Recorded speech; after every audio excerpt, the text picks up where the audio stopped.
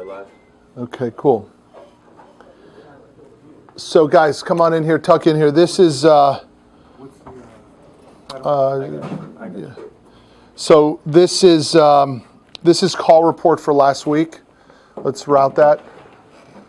So only two guys that hit their calls for last week, so I want to congratulate both of those guys. Taylor hit talk time. Good job, Taylor. Caden hit talk time and calls. Congratulations, Caden. Good job. Good job. All right, look, I want to start with a couple things here this morning. For Periscope and Meerkat, you guys are watching the Commercial Fleet Financing Morning Scrum. Happens every day, 9:30. We get the company together. We're talking about omnipresence and the importance of social media and how can our company be everywhere. I want to give you guys two examples of why the hard work actually works. What you're looking at here is an email I got from the American Tow Show, and they have selected with grit as their keynote for the Baltimore Tow Show. Okay? So we will be speaking as the keynote speaker at the Baltimore Tow Show. Okay? So for those of you who you remember a few months ago where we addressed the question of, well, why is the boss doing all this stuff, right? It doesn't make sense. I don't quite get it. There it is. Okay? But there's more to it. So I want to show you, here's an example of articles that have been posted. So we're posting a series of grit articles on LinkedIn. And this is one of the most recent ones. We're basically taking the chapters of the book and we're condensing them into content, and then we're pushing each chapter out. Here's the comments from over the weekend from Tammy at Southern Wrecker Sales, and Tim's client, right? And Tammy says in a comment to the article, "I could not have said it better. That was perfect timing for me to read. Thank you for posting it, Tammy at Southern Wrecker." Okay? Now, for those of you who don't know who Southern Wrecker is, or perhaps some of you, those of you who think that your clients don't go on LinkedIn, or they don't read this stuff, or they don't care about it, I'll just give you an idea of who Tammy is. 1, 2, 3, 4, 5, 6, 7 deals with Southern Wrecker. Oh, my client's too small. They don't use LinkedIn. My client doesn't use social media. My client's not interested in motivation. My client's not interested in making their business better. Okay? Now, let's take a look at who's pushed this article out.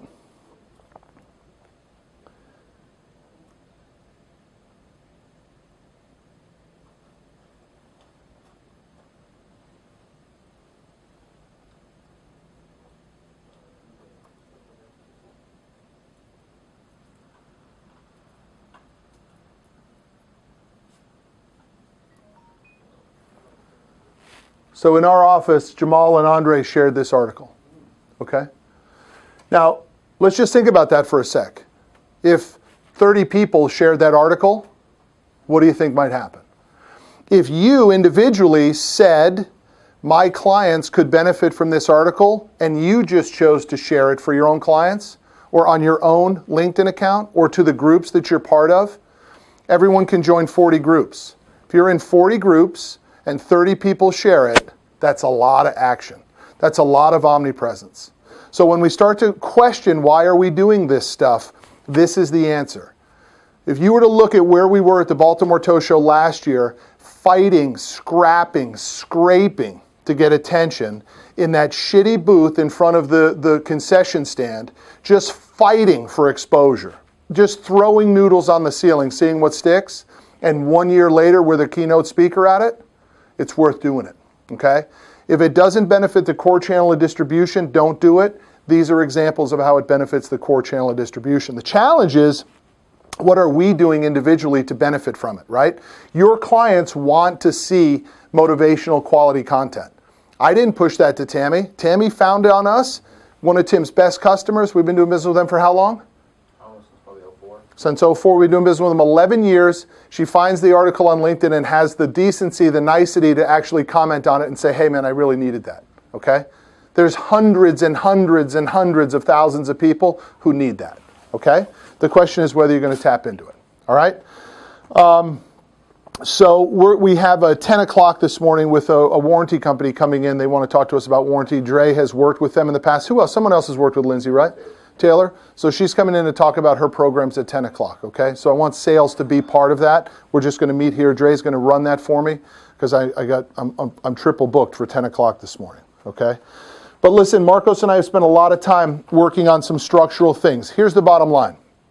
Like we touched on last week, I'm only interested in working with people who want greatness. I'm only interested in working with people who want better, who want more money, more success, more exposure, more stability for their families. If that's not you, your time at this company is coming to a close. And I mean that for everybody, okay? It's not just a sales thing, it's for everybody. If you don't want that, your time at this company is coming to a close.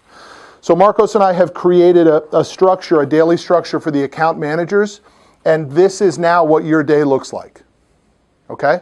This is what you, as an account manager of this company, this is what your day looks like. We've spent a tremendous amount of time figuring this out, and we're going to go over it right now. So let's route this.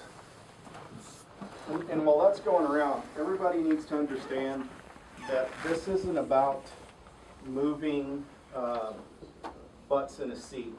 That's not the reason we're doing this. We're doing this because realistically, we've all come to the realization that it really is a privilege to work here, okay? It's a privilege to work here.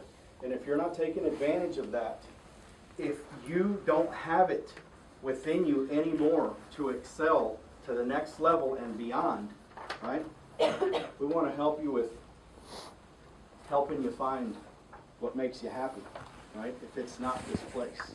And that's really what it boils down to, is the fact that everybody here has the opportunity to make six figures plus.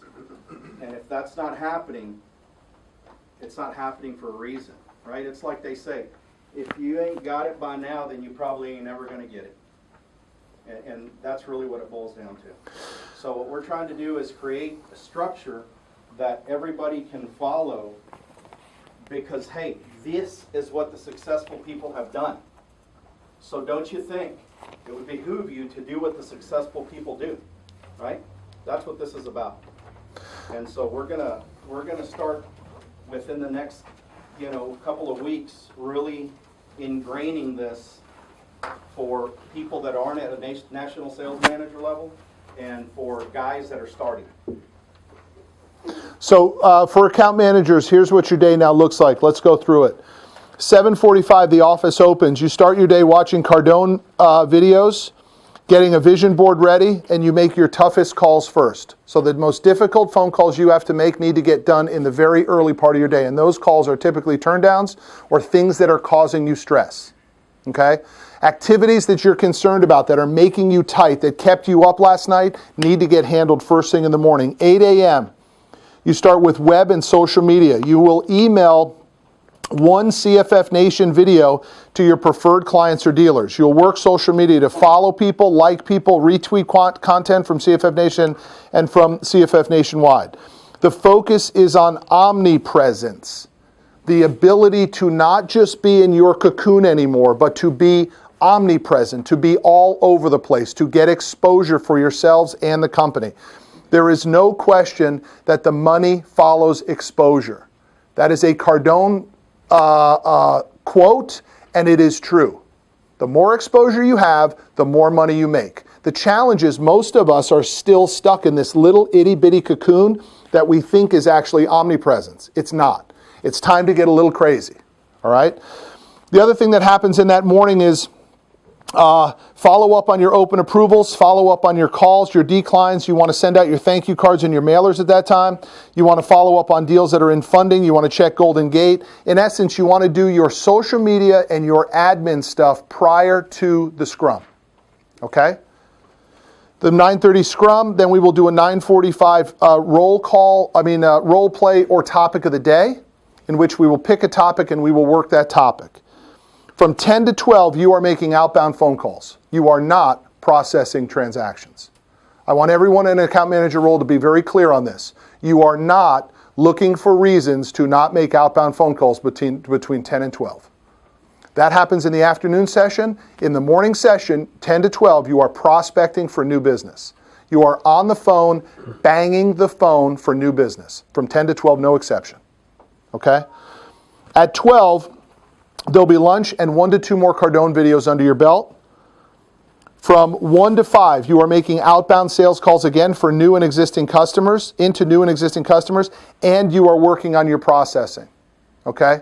So the processing of deals, approvals, turn down, submittals, etc. Minimum 75 calls by the end of 5 p.m. or 3-hour talk time, one or the other. At 5 o'clock, you're going to complete your to-do list for the next day and write your goals down. And then outside of CFF, you're thinking about success. You're using social media and you're making calls to important influencers at the after-hour window. The players don't answer their phone at 2 o'clock in the afternoon. They answer their phone at 6 or 7, okay? So the other piece of this puzzle is what comes with it from a paperwork standpoint. So you have your weekly success sheet. Everyone is now, an account manager role at this company, everyone is now using a success sheet again, okay? Each of these numbers are representative of a phone call. We track inbound and outbound phone calls. So do not worry about that they're only outbound phone calls. Every time you make a phone call, whether you receive a phone call or you make it, it gets marked on this list. Down at the bottom, you see your credit applications. Okay, we've set a goal for 20 applications and we've set a goal of 10 credit approvals for the week. Those are big numbers, but nevertheless, it's fine. And then every night, you'll be creating a to-do list. And the to-do list is to help your mind understand the level of importance in our world. So the first thing on the to-do list is what's funding the next day. So Monday night, tonight, around 5 o'clock, you will write down tomorrow's to-do list. So you'll need to make copies of these. You'll need to write Tuesday on the top, and you'll list your funding transactions. The next on the list and most important are what docs do you have coming back so you can go to funding. The next are credit approvals that you're expecting so that you can go to docs, so that you can go to funding. Credit packages, which are financial statements, tax returns, bank statements, applications, so that you can go to approval, so you can go to docs, so you can go to funding.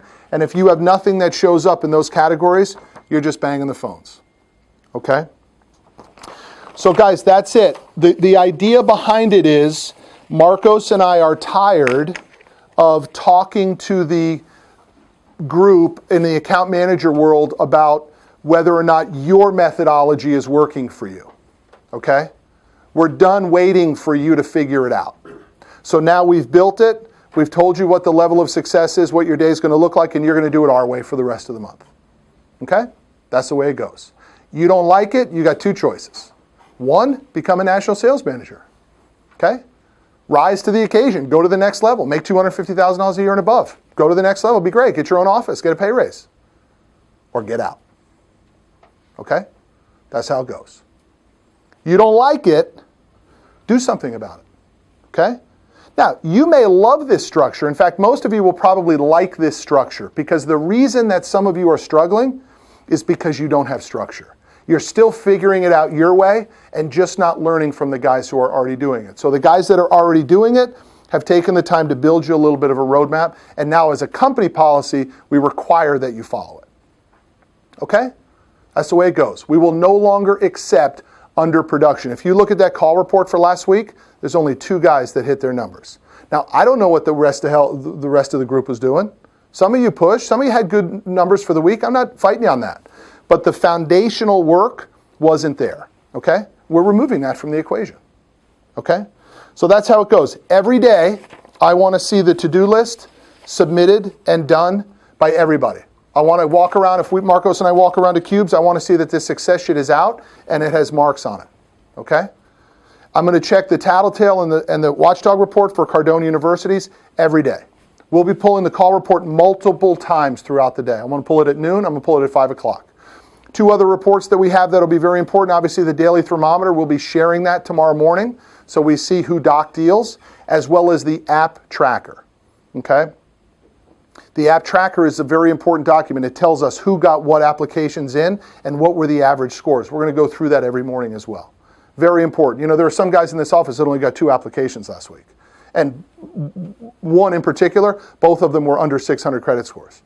So if you get 2 applications for the week and they're both under 600 credit scores, you ain't making no money this week, right? Not last week, this week, or maybe even next week. You duplicate that performance week after week after week, and here's the problem. You went broke working for our company. And I don't want that to happen to you and your families. Listen to me carefully. I don't want that to happen to you guys. I do not want this company to hurt you. I want this company to help you. And if it doesn't help you, you must move on to take better care of your families. If you're going broke working for this company, it is time for you to pull yourself up by your bootstraps and make a decision that it is not the right place. Okay? That's the last conversation I have on the negativity. What I want to do is work on the middle guys who need better structure to get you guys to the next level. It's a challenge that you're having. For the top guys, I want you to just sink your teeth into it and go crazy. Make as much money, close as many deals as you possibly can, treat customers with incredible amount of respect, get as much repeat business as you possibly can. Okay? So I'm focusing on the middle and the top guys. The bottom guys, I just gave you the roadmap. I'm going to hold you accountable to it. You either do it or you don't. It doesn't matter to me anymore. Okay? I don't care.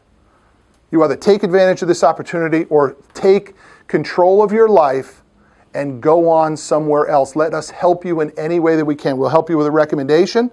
We'll help you try to work the Rolodex to try to find you a position. We'll speak highly of you in the marketplace, but you're not taking advantage of what this place is designed to do, okay? Which is to get you to the next level, okay? All right, any other comments, Marcos, on it? The only thing I want to add, is that a lot of guys, I've heard, the comment of the numbers were so much easier when you started, right? They were so much lower, but I remember that our monthly goals were a lot lower, right? But I still made $100,000 my first year. I made $150,000 the second year. And the amount of technology, the amount of tools that y'all have now, the number of banks compared to when I started, right? It's ridiculous. Doesn't even compare, right? So I can only imagine that with the resources, with the tools, with the wanting, with the help, right, with the knowledge that's in this office, if you're not on track to make $150,000 your first year, man, shame on you, right? Because I did it when, there were times I had to process everything from start to finish. I had to do it, right? We did it for a period of time. We had no ops. We were us, right? So again, take advantage, right? If I can do it, anybody can do it, right? It's just a matter of how much effort. It's just a matter of how much effort you want to put into it. I want to finish on this note, though, that the reality is this, guys. The reality is, if it's not working for you, it's not working for you. Okay? It's just not the place for you if it's not working for you. I want it to work for everybody. I want everyone to make abundance for their families. If this is no longer the place for you, it's okay. All right? But I'm just not going to sit around and watch you fail. I'm just not going to watch you hit the shoreline and watch the boat crash and watch you and your wife and your kids drowned financially here. I'm not going to do it.